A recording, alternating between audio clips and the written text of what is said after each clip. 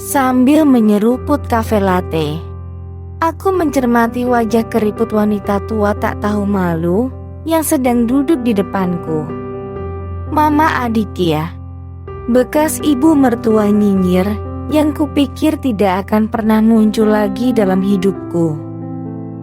Tidak kusangka, beberapa menit yang lalu, wanita tua ini mencegat dan langsung menggeretku masuk ke dalam kedai kopi ini. Kenapa aku bisa bilang kalau dia tidak tahu malu? Karena sebagai bekas ibu mertua, dia masih memintaku untuk membayar semua pesanannya. Tidak tanggung-tanggung, dia masih memesan minuman dan snack termahal yang ada di dalam daftar menu. Bahkan juga memesan beberapa snack untuk dibawa pulang. Seharusnya aku malas meladeni wanita tua ini.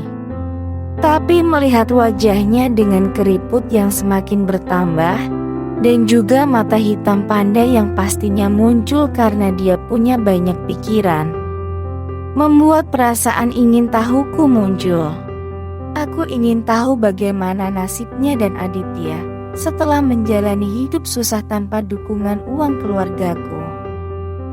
Melihat foundation tebal yang menempel di wajah bekas ibu mertuaku ini, dalam hati aku tertawa. Foundation murahan yang meleleh karena keringat meskipun sudah berada di ruang dingin ber-AC. Sangat jauh levelnya dengan foundation yang sering kubelikan untuknya saat aku masih jadi istri Aditya. Beberapa bulan sebelumnya, aku menceraikan Aditya, anak laki-laki wanita tua ini, karena cowok tolol itu berani selingkuh dengan Julia, si cewek murahan yang saat itu sedang hamil dengan anak yang diakuinya sebagai anak Aditya. Saat itu aku juga menyempatkan diri untuk menuntut Mama Aditya yang melakukan tindakan kekerasan padaku saat aku menanyakan masalah perselingkuhan Aditya padanya. Dengan tenang aku menyeruput latteku tanpa berkata apa-apa. Hanya dia menatap tajam mata Mama Aditya yang tampak duduk dengan canggung di depanku.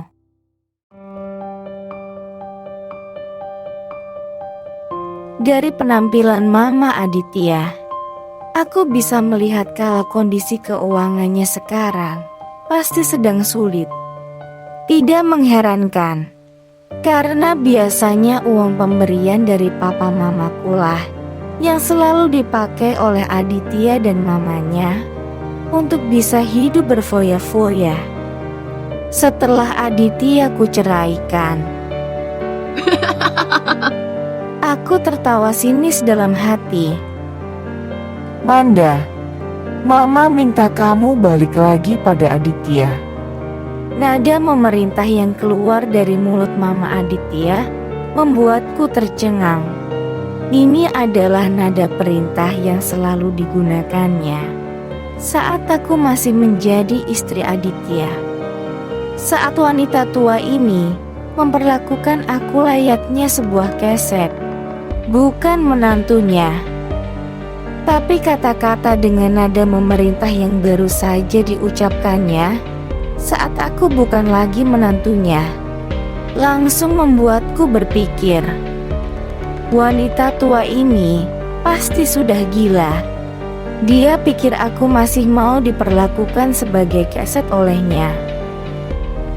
Dari dulu aku sudah berpikir kalau otak wanita tua ini memang abnormal. Apa yang ada di dalam benaknya tidak akan bisa dimengerti oleh orang normal seperti aku. Kata-kata yang keluar dari mulut Mama Aditya selalu bisa bikin tekanan darahku naik. Saat aku masih jadi menantunya, tentu saja aku selalu menahan diri dan melayaninya dengan baik. Tapi saat ini, aku tidak akan menahan emosiku lagi. Kenapa tante mengaku-ngaku sebagai mama saya? Mama saya cuma ada satu, dan dia Bukan, Tante. Dengan mengejek aku melanjutkan. Papa saya tidak seperti anak Tante. Papa saya bukan pria rendahan yang bisa punya istri lebih dari satu orang. Jadi tidak ada yang namanya mama kedua untuk saya. Kalau saat ini Tante berani bilang kalau Tante adalah mama saya akan menuntut Tante untuk pencemaran nama baik papa saya. Ancamanku ini mungkin terdengar dibuat-buat dan tidak masuk di akal. Karena jujur saja, aku juga tidak yakin kalau argumentasi seperti ini akan bisa jadi bahan untuk menuntut dia. Tapi untuk wanita tua abnormal yang sudah pernah aku tuntut sampai habis-habisan sebelumnya, ancaman dengan logika aneh seperti ini ternyata bisa masuk ke logikanya. Buktinya, sekarang dia langsung mengkerak. Manda, anak Julia ternyata bukan anak Adit. Tampangnya bule, tidak tahu anak siapa. Tanpa berani melanjutkan topik tentang panggilan mama itu, Mama Aditya langsung mengubah topik pembicaraannya. Aku yang sedang asyik menyeruput latte langsung tersedak. Tanpa kusadari, aku langsung ngakak. Seperti dugaanku sebelumnya, anak Julia pasti anak hasil main-mainnya dengan para ekspatriat bule di klub malam. Ngapain kamu ketawa? Ini bukan sesuatu yang lucu. Mama Aditya langsung membentakku. Dengan bibir meringis lebar, aku membalas dengan riang. Kata siapa? Ini tidak lucu. Kalau untuk saya, ini drama komedi terlucu yang pernah saya dengar dalam hidup saya. Saat mengatakan ini, hatiku merasa sangat puas. Dalam hati aku ngakak sekali lagi karena melihat wajah Mama Aditya yang langsung menghitam karena amarahnya. Mama Aditya mengangkat tangan untuk menamparku. Tapi kali ini, dengan sigap aku menangkap pergelangan tangannya dan mendesis pelan padanya. Cukup. Kalau Tante masih berani menampar saya lagi, saya akan tuntut Tante lagi. Kali ini, akan saya pastikan kalau Tante tidak akan cuma harus membayar uang denda saja, tapi Tante akan juga masuk penjara. Mama Aditya langsung diam dengan mata melotot kepadaku. Dalam hati aku terus tertawa. Perasaan culas yang tiba-tiba muncul membuatku ingin semakin menorehkan garam di atas lukanya. Tante tahu tidak, kenapa soal ini bisa saya bilang sebagai komedi? Tanpa menunggu respon dari Mama Aditya, aku langsung berkata lagi. Karena dari awal seharusnya Aditya sudah tahu cewek macam apa Julia itu. Sudah sejak kita masih kuliah dulu, Aditya sudah tahu kalau Julia itu cewek murahan. Tapi anak tante itu cuma mau berpikir pakai itunya saja, tidak pernah mau berpikir pakai otaknya. Mama Aditya langsung terperangah dengan mulut lebar.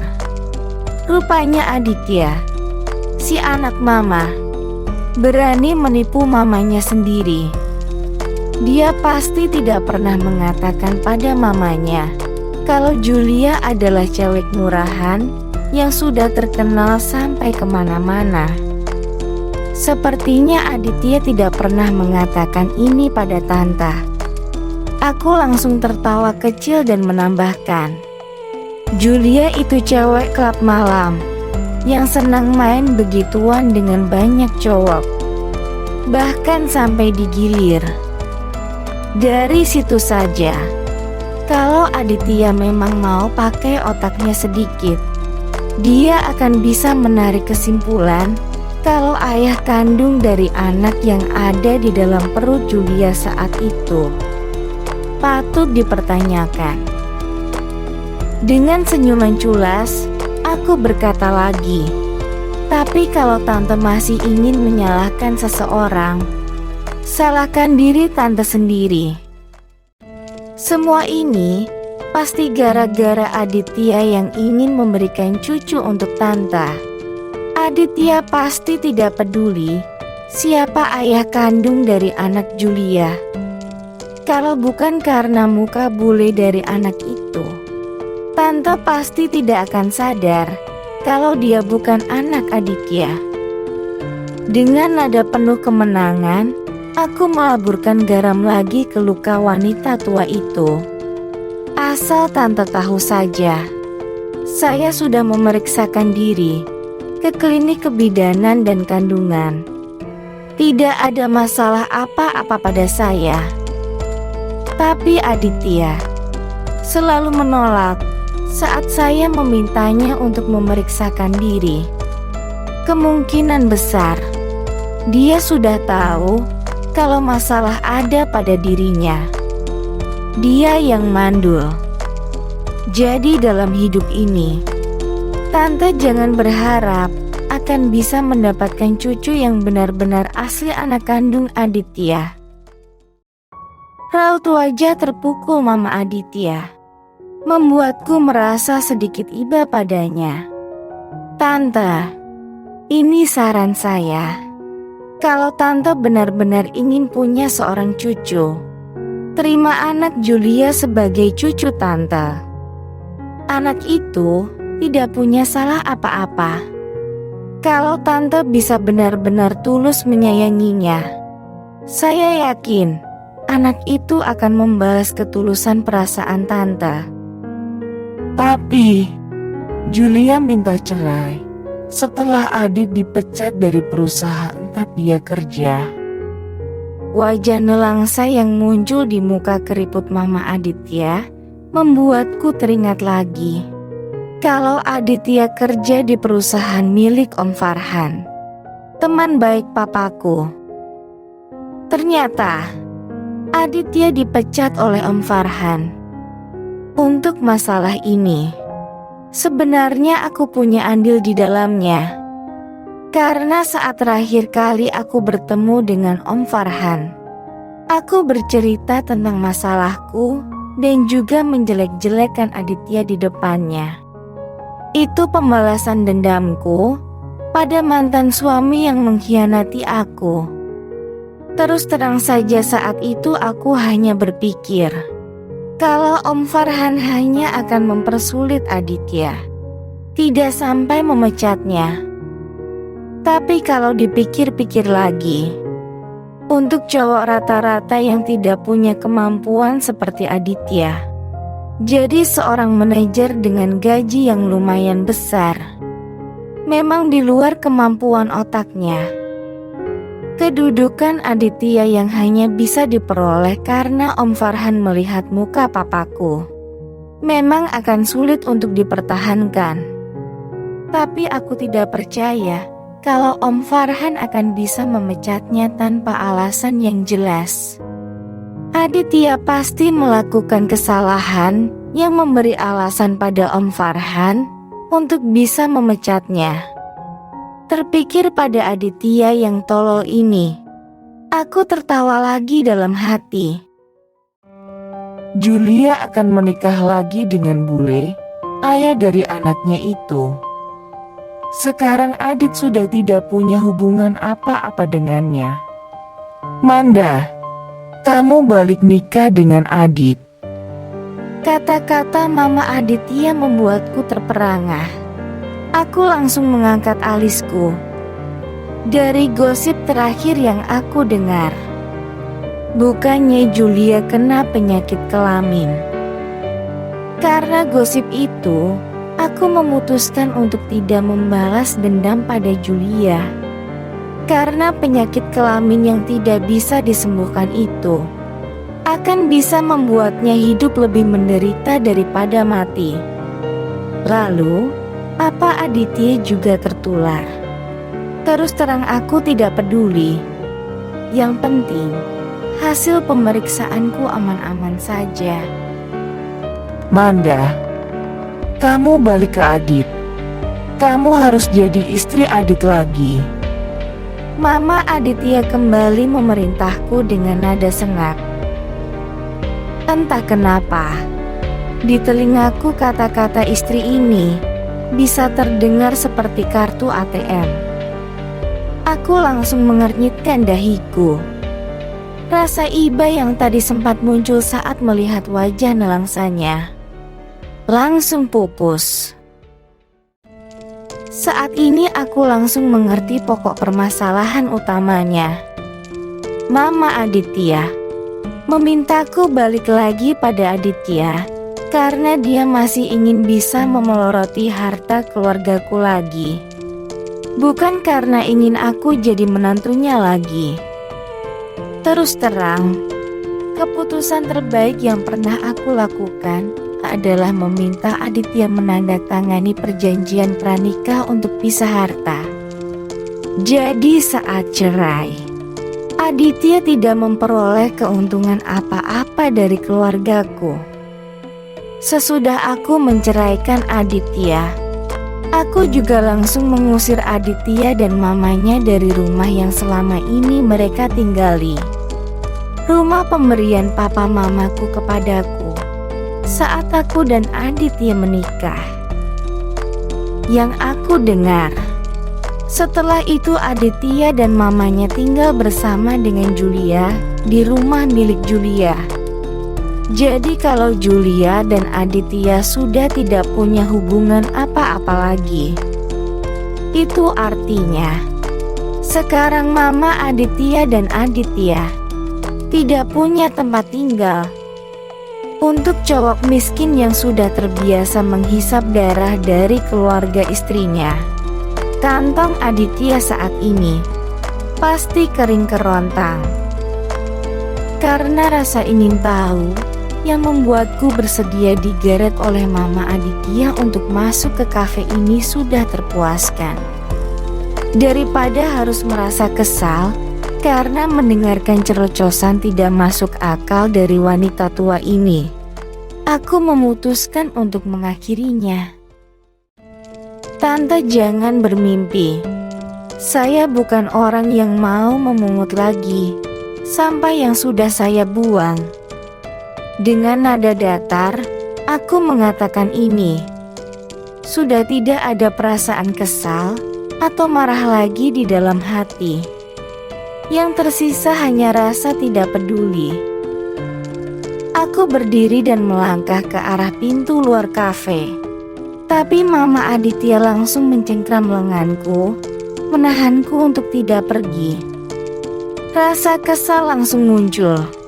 Wanita tua ini seperti lalat yang terbang seliweran menggangguku. Dengan menyipitkan mata, aku menatap tajam ke matanya. Tante, lepaskan lengan saya. Jangan pernah mengganggu hidup saya lagi.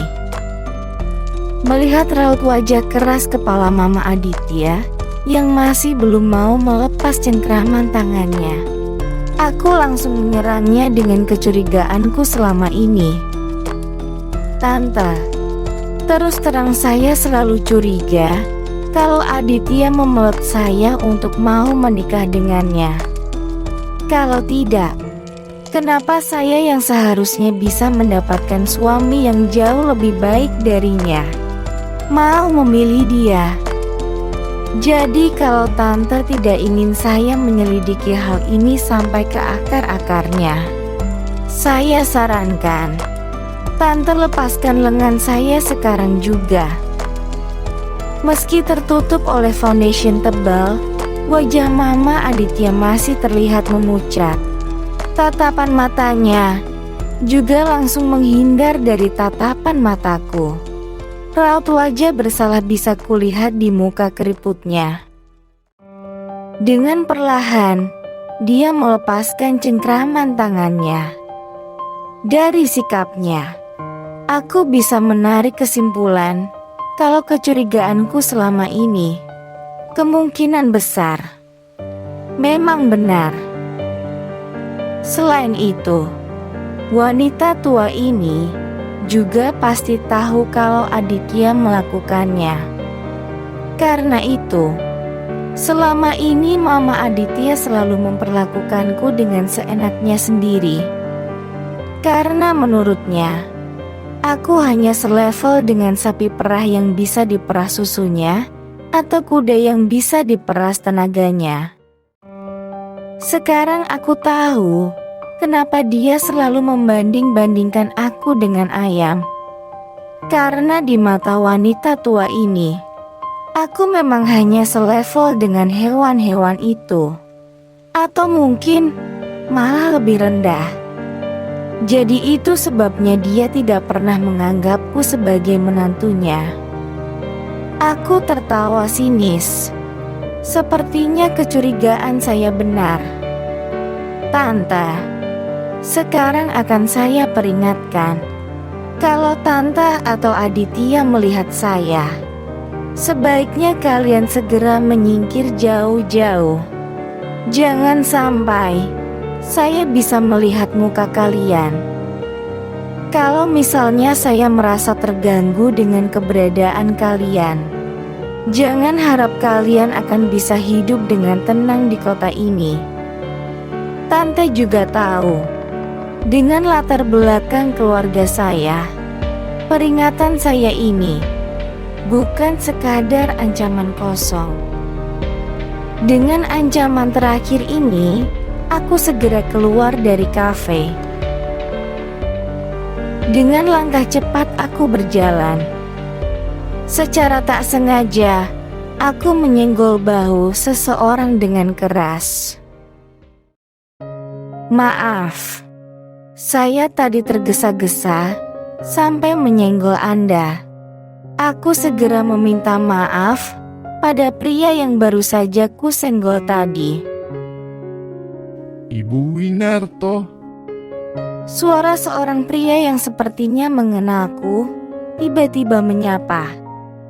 Aku memperhatikan wajah tampan pria itu. Memang tampak sedikit familiar. Dengan penuh pertanyaan, aku bertanya, "Maaf, apa saya mengenal Anda?" Pria tampan itu tertawa pelan. Telapak tangannya menutupi bagian bawah mukanya. Mungkin dengan ini Anda akan bisa mengingat saya. Anda, si dokter tampan. Aku langsung tersadar. Pria keren yang baru kusenggol. Ternyata si dokter tampan. Pemilik klinik kebidanan dan kandungan swasta. Tempat aku memeriksakan diri dulu. Dokter tampan yang membelaku saat aku bertengkar dengan Aditya dan Julia di kliniknya. Seorang pria yang bersedia membela sesuatu yang dianggapnya benar. Dokter tampan. Dia langsung tersenyum lebar sambil menahan tawa. Aku langsung tersipu-sipu. Maaf dokter, jujur saja, saya lupa dengan nama dokter. Cuma ingat kalau dokter ini tampan. Aku langsung memuji-mujinya. Meski waktu itu wajah dokter tertutup masker. Saya merasa, pasti wajah Anda ini tampan. Benar kan? Dugaan saya. Ibu Winarto. Bisa-bisa saja. Dengan mengelus rambutnya, dokter tampan tampak tersenyum malu-malu. Aku melihat kupingnya yang tiba-tiba memerah, tampak sangat imut. Panggil saya Manda. Saya bukan Ibu Winarto lagi. Saya sudah menceraikan suami saya. Aku langsung menjelaskan. Dipanggil lagi dengan nama Ibu Winarto, langsung membuat seluruh tubuhku terasa gatal. Kalau begitu, jangan panggil saya dokter tampan. Panggil langsung dengan namaku. Andre. Dokter tampan. Bukan. Andre tampak tersenyum dengan lembut. Manda, maukah kamu pergi makan malam bersamaku? Tiba-tiba Andre bertanya. Permintaan yang tidak aku duga. Dokter, maksudku, Andre, kamu memintaku pergi makan malam bareng kamu. Aku bertanya dengan nada tidak yakin. Andre mengangguk pelan dan tersenyum memikat. Kamu yakin mau makan malam bareng dengan janda cerai seperti aku? Tidak takut kalau nanti kamu digosipin sama orang-orang? Aku masih belum yakin. Kalau kamu tidak takut digosipin orang karena makan malam bareng dengan duda cerai, aku juga tidak takut makan malam bareng dengan janda cerai. Andre kembali tersenyum memikat, lalu mengedipkan sebelah matanya. Aku tersenyum membalas senyuman penuh arti darinya. Sepertinya, mulai sekarang, aku akan bisa move on. Ini waktunya untuk mendapatkan cinta yang baru. Nantikan cerita-cerita baper lain di channel ini. Like, subscribe dan klik icon loncengnya agar tidak ketinggalan.